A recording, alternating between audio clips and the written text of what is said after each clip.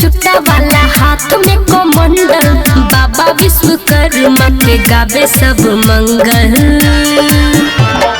गली गली बाजा बाजे भक्ति में सब रंगल, डीजे बजा के करे छे सब दंगल। आहबा काला चंदन, विश्वकर्मा पूजा में नाचो दंदन। आबा काला चंदन, विश्वकर्मा पूजा में नाचो दंदन।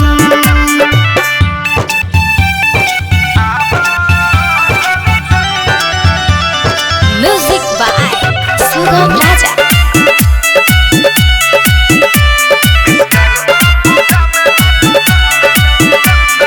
दाढ़ी वाला बाबा मुझे दे दो दाढ़ी, मैं भी चढ़ के घुमाऊंगा।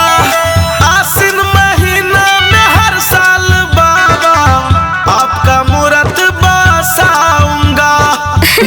अच्छा, दाढ़ी वाला बाबा मुझे दे दो गाड़ी, मैं भी चढ़ के घुमाऊंगी। आसिन महीना में हर साल बाबा आपका मूर्ति बसाऊंगी। चाचा चाची भैया भौजी सब लगल छे, बाबा विश्वकर्मा के मूरत सजल छे। देखो देखो बाबा आय हाथी पर चढ़ल छे, श्रद्धा सुमन सबके दिल में बढ़ल छे। आहबा काला चंदन, विश्वकर्मा पूजा में नाचो दंदन। आबा काला चंदन, विश्वकर्मा पूजा में नाचो दंदन। मिक्स बाय मणिभूषण प्यारे।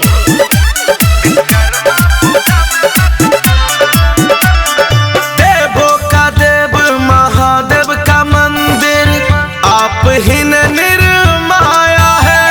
छोटा सा घर मुझे दे दो बाबा, मैंने भी सर झुकाया है।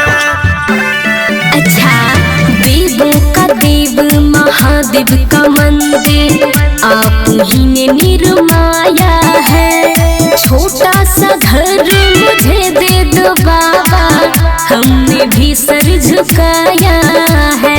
डाली डाली फूल लगे माला बनलिए, आशा लगे बाबा का शरण में एलिए। माटी के दिया में दीपक जललिए, सहरार धूमन के धूप देखलिए।